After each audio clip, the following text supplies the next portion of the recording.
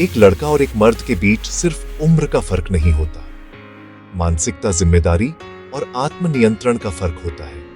आज के समय में दुनिया डिस्ट्रैक्शंस से भरी हुई है। तुरंत डोपामाइन, नकली आत्मविश्वास और सोशल मीडिया वैलिडेशन। लेकिन अगर तुम्हें एक असली मर्द बनना है जो जीवन को नियंत्रित करता है, अपनी दिशा निर्धारित करता है, तो ये 1 घंटा तुम्हारी जिंदगी का सबसे अच्छा निवेश होगा। मैं तुम्हें 10 नियम बताऊंगा जो एक लड़के को बदल देते हैं एक मर्द में। न प्रेरणा से, न व्याख्यान से, बल्कि वास्तविक जीवन परिवर्तन से। यार, कभी सोचा है, हम सब बड़े हो जाते हैं, दाढ़ी आ जाती है, ऊंचाई बढ़ जाती है, आवाज भारी हो जाती है, पर क्या इससे हम आदमी बन जाते हैं? नहीं, आदमी बनना एक निर्णय है, एक प्रतिबद्धता है खुद से। ये उन चीजों को न कहने की हिम्मत है जो तुम्हें कमजोर करती है, और उन चीजों को हाँ कहने की अनुशासन है जो तुम्हें बनाती है। ये सफर आसान नहीं है भाई।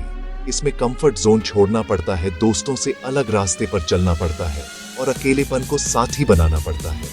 पर जो इस रास्ते पर चलता है वो भीड़ का हिस्सा नहीं, भीड़ को लीड करने वाला बनता है।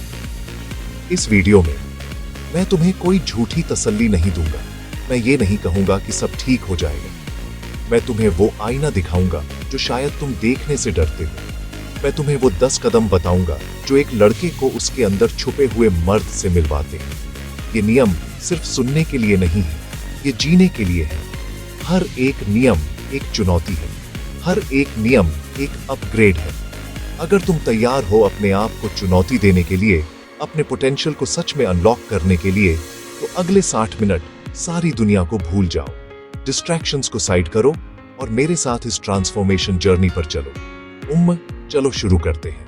पहला और सबसे जरूरी नियम, भाई, अपनी जिंदगी की 100% जिम्मेदारी लेना। हर चीज के लिए। परीक्षा में फेल हुए, मेरी गलती, मेरी गलती। पैसे नहीं है, मेरी गलती। जब तक तुम ब्लेम गेम खेलते रहोगे ना, शिक्षक ने ठीक से नहीं पढ़ाया, उसने मुझे धोखा दिया, मम्मी पापा ने सपोर्ट नहीं किया, तब तक तुम एक विक्टिम हो, और विक्टिम कभी राजा नहीं बन सकता। एक लड़का हमेशा बहाने ढूंढता है, एक मर्द समाधान ढूंढता है। दोषारोपण करना सबसे आसान काम है, इससे अहंकार को अस्थायी राहत मिलती है। लेकिन ये एक जहर है जो धीरे धीरे तुम्हारी पावर छीन लेता है। जब तुम कहते हो कि गलती किसी और की है, तो तुम पावर भी उसी को दे देते हो। सोचो, अगर गलती सिस्टम की है, अगर गलती किस्मत की है, लेकिन जैसे ही तुम कहते हो गलती मेरी है, पावर तुम्हारे हाथ में आ जाती है। क्योंकि अगर गलती तुम्हारी है तो तुम ही उसे सुधार सकते हो। यही माइंडसेट शिफ्ट है जो एक लड़के को आदमी बनाता है। स्टीव जॉब्स को जब एप्पल से निकाला गया था तो वो रो सकते थे, बोर्ड ऑफ डायरेक्टर्स को गाली दे सकते थे। उन्होंने ऐसा नहीं किया। उन्होंने जिम्मेदारी ली और पिक्सार और नेक्स्ट बनाकर दिखा दिया।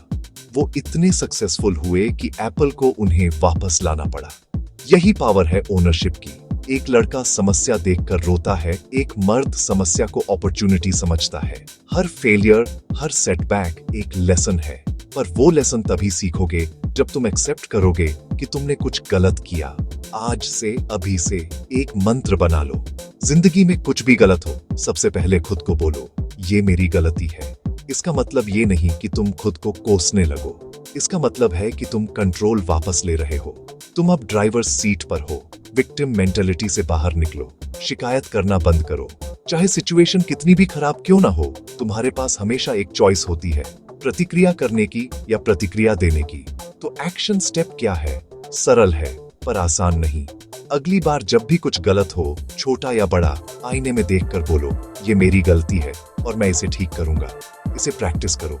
अपने दिमाग को ओनरशिप लेने के लिए ट्रेन करो।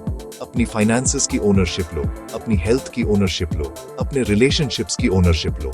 जब तुम हर चीज की जिम्मेदारी लेना सीख जाओगे, तब तुम अपनी जिंदगी के मालिक बनोगे।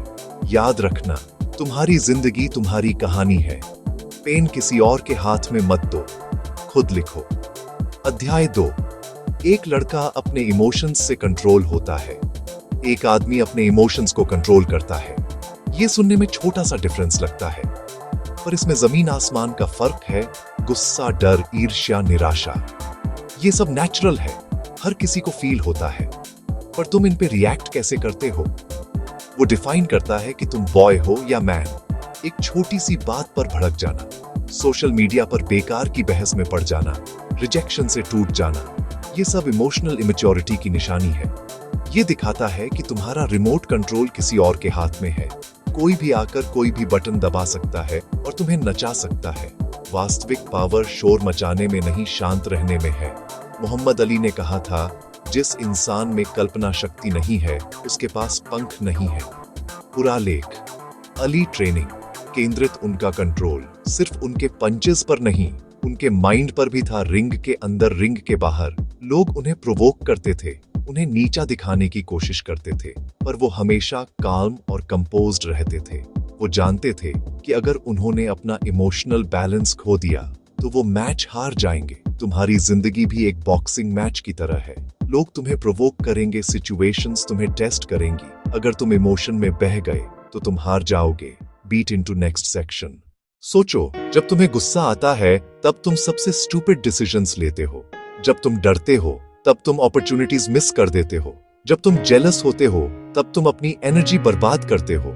एक मर्द ये समझता है, वो इमोशंस को फील करता है, उन्हें एक्नॉलेज करता है, पर उन्हें अपने डिसीजंस पर हावी नहीं होने देता। इमोशनल कंट्रोल का मतलब ये नहीं है कि तुम रोबोट बन जाओ। इसका मतलब है कि तुम अपने अंदर के तूफान को समझना और उसे डायरेक्शन देना सीख जाओ। एक सरल तकनीक है, 5 सेकंड नियम। जब भी तुम्हें कोई स्ट्रॉन्ग इमोशन फील हो,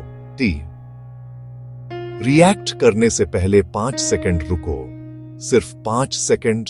5, 4, 3, 2, 1। इन 5 सेकंड में एक गहरी सांस लो।